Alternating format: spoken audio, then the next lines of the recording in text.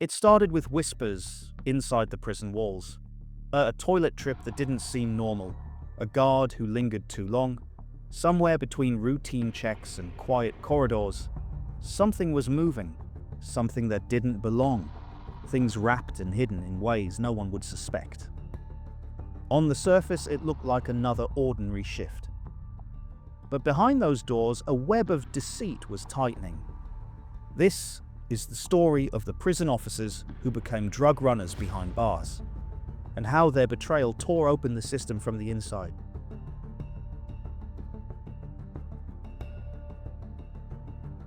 28-year-old Farrah Jones was not the kind of officer who stood out. An agency worker hired through GOME, a private contractor handling custody and transport for prisoners at HMP Forest Bank in Salford. To colleagues, she came and went without drama. But beneath that calm exterior, Jones was struggling, mounting debts, a turbulent past marked by domestic violence, and a growing reliance on drugs herself. It was these cracks that criminal networks look for. Over time, she was drawn into something bigger, a courier or a middle link in a trade that moved phones, cannabis, and ketamine into the prison wings. She wasn't the mastermind, but she became essential. Her movements, her job role, gave her access others could only dream of. By late November 2023, colleagues had started to take notice. Jones had grown cautious, often carrying a hot water bottle strapped under her uniform. An odd choice for someone constantly on her feet. Only later would CCTV reveal the truth. The hot water bottle wasn't for comfort, but to mask the bulge of tightly wrapped packages pressed against her stomach. On 30 November, her routine betrayed her. She slipped into the reception toilets and stayed too long. When she left, staff checked the bins. Inside were 2 plastic-wrapped bundles, multicolored tablets, and blocks of cannabis resin, carefully packed for a handover. It was the kind of discovery that changes a shift instantly. Staff quickly realized the packages were meant to pass through the hands of a prisoner trustee who had asked to use the bathroom just minutes later. It was a quiet handover that never happened. What nobody realized yet was that this was just the tip of something larger. The evidence waiting outside those walls would shock even seasoned officers. That afternoon, a quiet suspicion turned into a full-scale operation. But Farrah didn't know it yet. Our next story takes us to Manchester, where 31-year-old Sarah Karchach, once trusted as a drug and alcohol recovery nurse, crossed a line that would destroy her career. Sarah's life on the outside was far from extraordinary. Living in Kilmarnock, she came from a working-class background and had built her career around care. Her work inside HMP Manchester was meant to be a stepping stone, a career that gave stability while making a difference. Her job inside, better known as Strange Ways, was supposed to be about rehabilitation. She was meant to help inmates turn their backs on drugs, guiding them towards recovery. But somewhere along the way, she was pulled into a world she was meant to fight against. At the center of it all was Qasim Ahmed, a 29-year-old inmate with a history of manipulation and control. What started as conversation became something more, a relationship that blurred the boundaries between professional duty and personal involvement. Ahmed saw her vulnerability and used it to his advantage. Before long, Sarah wasn't just visiting cells with medical advice. She was ferrying contraband. The early warning signs appeared in April 2022, when Ahmed was caught inside his cell using a mobile phone, a forbidden item with dangerous implications. Alongside the phone, officers found a USB stick. These discoveries raised alarms, prompting a deeper look into the people with access to him. Karchach's name quickly surfaced Farrah wasn't a minor player. She was running a quiet, consistent operation, one that undermined every layer of security Strangeways had in place. The nurse who once claimed to fight addiction had become a key link in its survival inside the prison walls.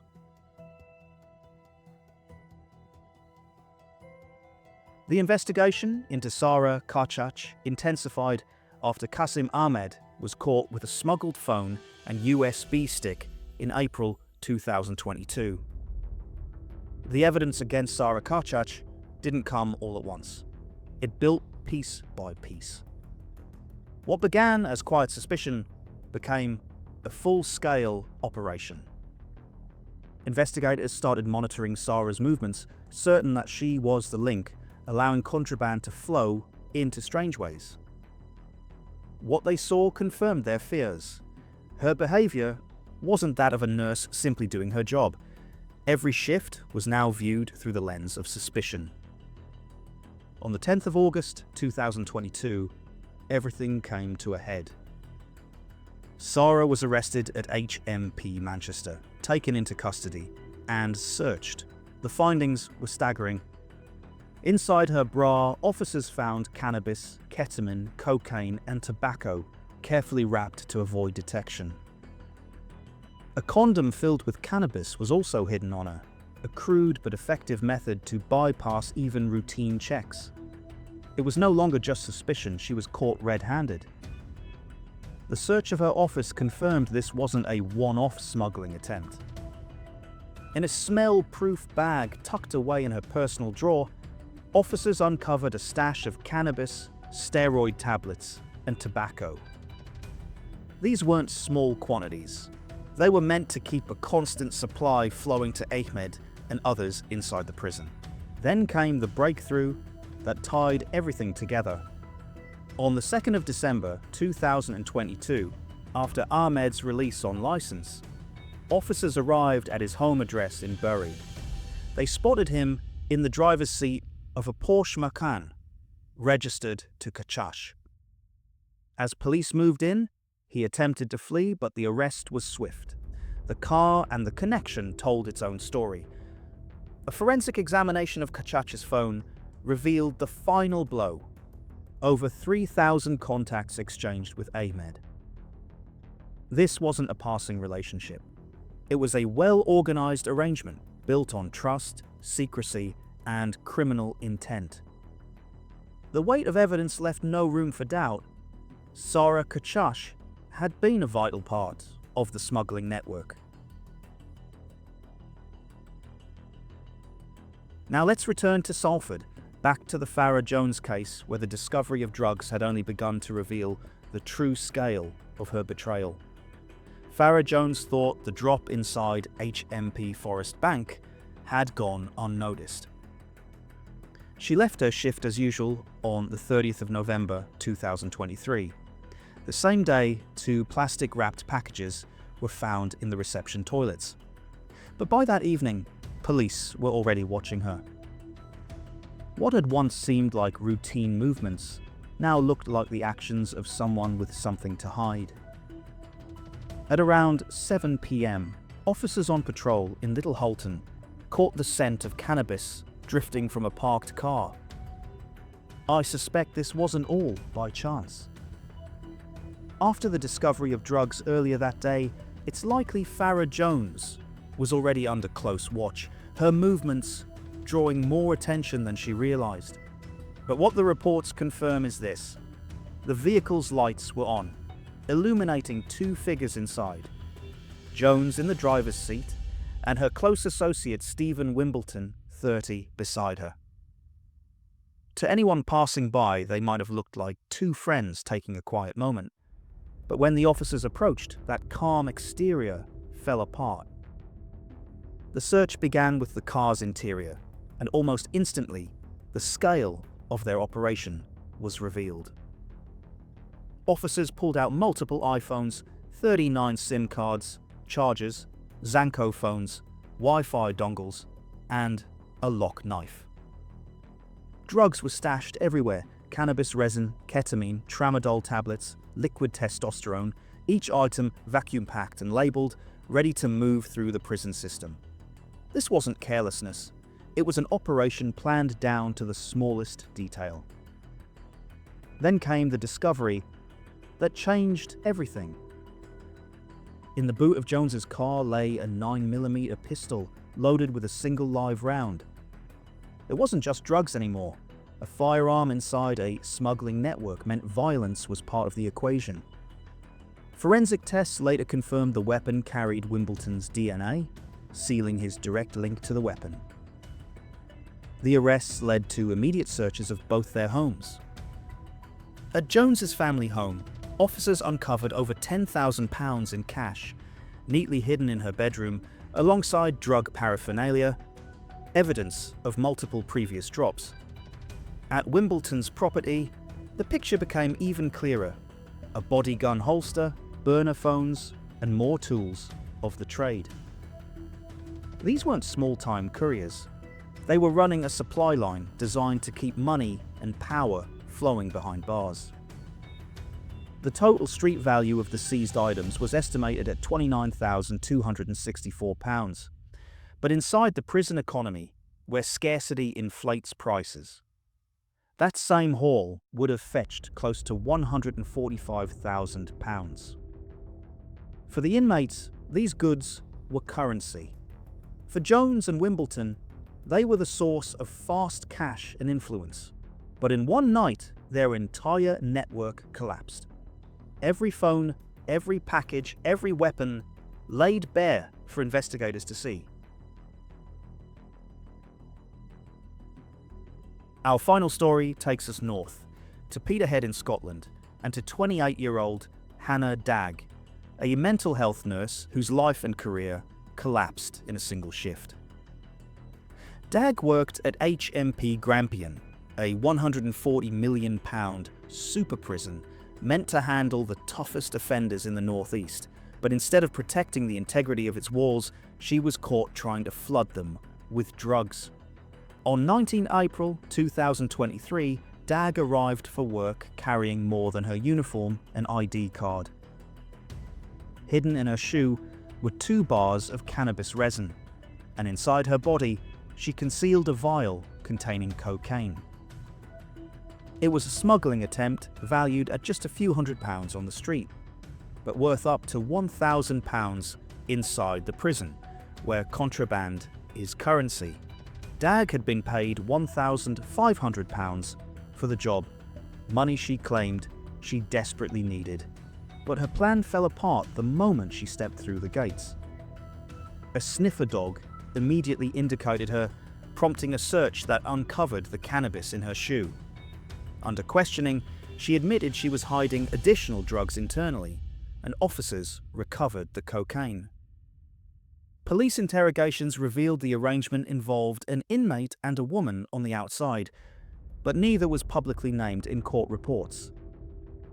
Dagg told investigators that she had been drawn into the scheme and had accepted the bribe.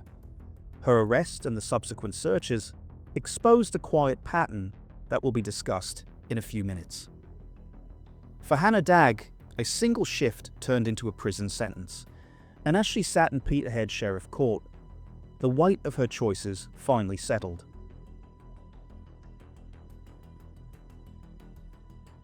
Hannah Dagg's story wasn't just about smuggling, it was a portrait of someone already in crisis. Court records revealed that she had been battling severe depression, suicidal thoughts, and a diagnosis of borderline personality disorder.